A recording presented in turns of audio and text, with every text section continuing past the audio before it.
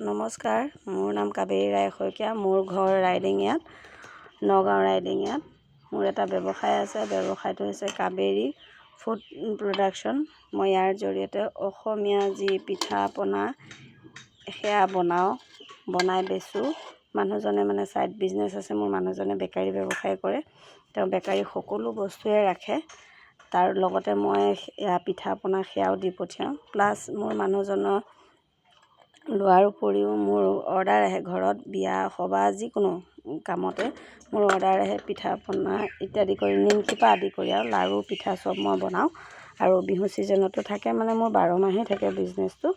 এইটোৱে হৈছে মোৰ বিজনেছ। আজি মই এটা বস্তু বনাই আপোনালোকক পোনপ্ৰথমবাৰৰ বাবে দেখুৱাবলৈ লৈছোঁ। সেইটো হৈছে নহৰু, আদা, জলকীয়া আৰু আম টেঙাৰ আচাৰ। এইটো মই নিজে এইবাৰ ট্ৰাই কৰি চাইছোঁ। আপোনালোকেও চাবচোন। মই এদিন চাইছিলোঁ, কিন্তু ভাবিছোঁ আকৌ এবাৰ আজি চাওঁ সৰহ পৰিমাণকৈ। গতিকে এইটো হৈছে নহৰু, আদা, জলকীয়া, আমৰ মানে আচাৰো ক'ব পাৰে বা চাটনিও ক'ব পাৰে। এইটো ৰুটি হওক, ভাতৰ হওক, সকলো লগতে খাই ভালেই লাগে বাৰু।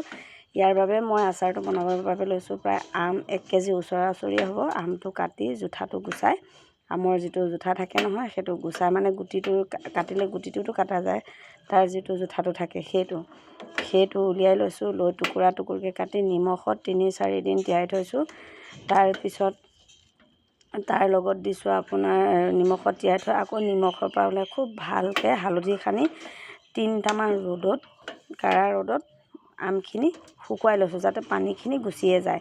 তাৰপিছত ইয়াত মই দিছোঁ মাইক্ৰ' জলকীয়া প্ৰায় আধা কেজিমানৰ ওচৰে আছে।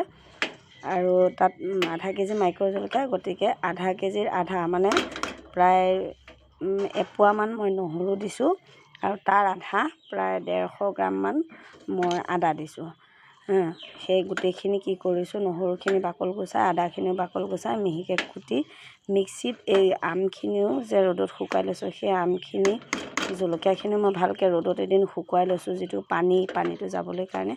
আৰু আদা নহৰুখিনি কুটি পেলাই মই ৰ'দত শুকুৱাই লৈছোঁ। সেইখিনি এই গোটেইখিনি কি কৰিছোঁ, মিক্সিত এনেকৈ পূৰা মিহি নহয় আৰু কম মিহিকৈ কুটি মাৰি লৈছোঁ, মিক্সিত দি লৈছোঁ। আপোনালোকে মন গ'লে ঢেঁকীটো দিব পাৰে। মই সৰহকৈ হ'লে ঢেঁকীটো খুন্দোঁ। গোটেই আম, জলকীয়া, আদা, নহৰু গোটেইখিনি ঢেঁকীত খুন্দি ল'লোঁ।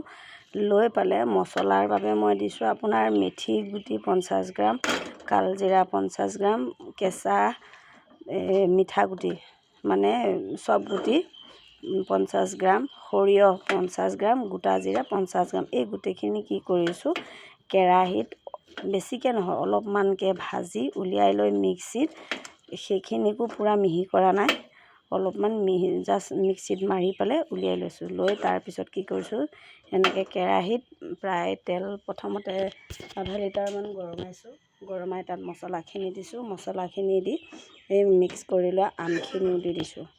দি পেলাই নিমখ দিছোঁ, হালধি দিছোঁ। এনেকৈ মই আচাৰটো তৈয়াৰ কৰিছোঁ। আৰু মই আচাৰত কোনোদিন ভিনেগাৰ যিহেতু ব্যৱহাৰ নকৰোঁ, গতিকে মই ভালকৈ ৰ'দত সদায় দিওঁ আচাৰখিনি, আৰু তেল দিওঁ আৰু ঢাকোন খুলি সদায় ৰ'দত দিব। তেতিয়া মানুহে কয় ভিনেগাৰ দিলে আচাৰ বহুত দিন থাকে, কিন্তু মই কৈছোঁ আপোনালোকে কেতিয়াও গৰম হৈ থাকোঁতে আচাৰখিনি বৈয়ামত ভৰাব নালাগে।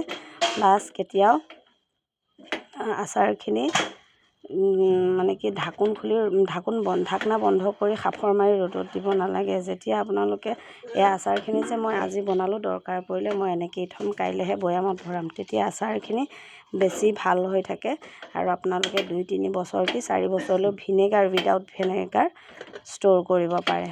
এয়া আছিল আজি মোৰ আচাৰ ৰেচিপিটো, মিক্সচাৰ নহৰু, আদা, জলকীয়া, আমৰ আচাৰ। ধন্যবাদ। কেনেকুৱা লাগিছে ক'ব। ভাল লাগিলে লাইক, কমেণ্ট, শ্বেয়াৰ কৰিব।